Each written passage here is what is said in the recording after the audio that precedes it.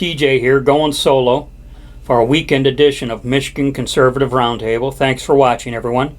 I'd like to welcome our new subscribers. For those who are new to our channel, Mac, Kim, and I, we're just regular people doing what we can to try and combat the spread of liberalism and the leftist theology. Yeah, we're hardly broadcast professionals.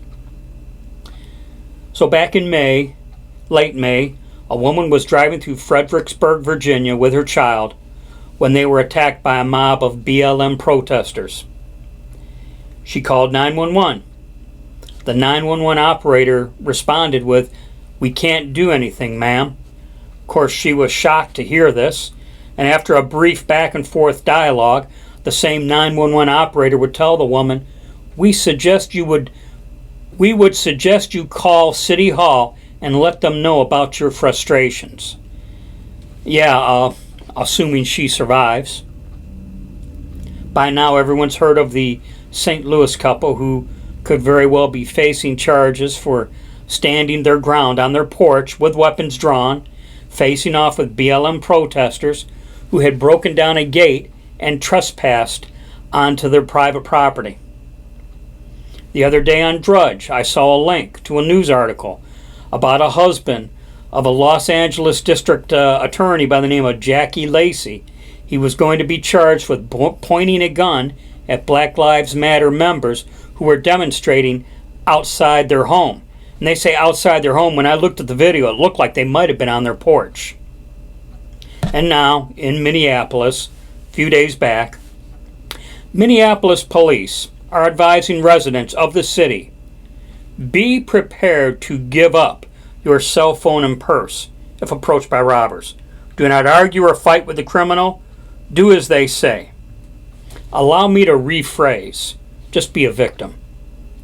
And if you refuse to just be a victim, be prepared to be charged with a crime. Minneapolis Downtown Council cautioned that 27 downtown companies are either considering or actively seeking space in the suburbs to leave the downtown area. Other businesses that had been looking to move into parts of Minneapolis, they've crossed them off their list now. What's the chances of something like this happening to cities like Portland, Seattle, Chicago, or Atlanta? You know, the major cities where Democrats are the mayors.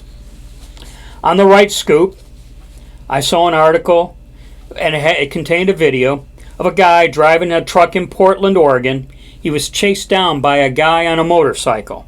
Guy on the motorcycle blocked him in. Once he got blocked in, protesters rushed his vehicle, started smashing his windows, slashed his tires. The guy driving the truck basically floored it, ran up and over the motorcycle in an effort to get away. At least he wasn't victimized. At least he wasn't killed, we'll say. He was probably in fear for his life. I've always had a thought regarding this just be a victim mentality. I've long made the argument that the just be a victim mindset actually made the events on 9/11 much worse than they should have been. And what I mean by that is you had two jets fly into the World Trade Center. You had a third jet fly into the Pentagon. And, the body count was in the thousands as far as the ones on the ground that got killed. All three jets, the passengers basically just sat there and adopted the position of just be a victim. They didn't do anything about what the hijackers were doing. Then consider Flight 93, the fourth jet, which crashed in Shanksville, Pennsylvania, where the passengers made the decision to try and take back the plane. Yes, unfortunately, they all died. But thanks to their efforts, you have to wonder how many lives did they save on the ground. The passengers of Flight 93 made the decision that they weren't going to sit back and just be a victim. So as I wrap up, there it is, the official position of the Democrat Party. Just be a victim. In fact, you must be a victim. It's always been that, but now they're just more open about it. And you might as well be prepared to say, "Thank you, sir. May I have another?" This is TJ signing off with, be safe, watch your six, and don't tread on me.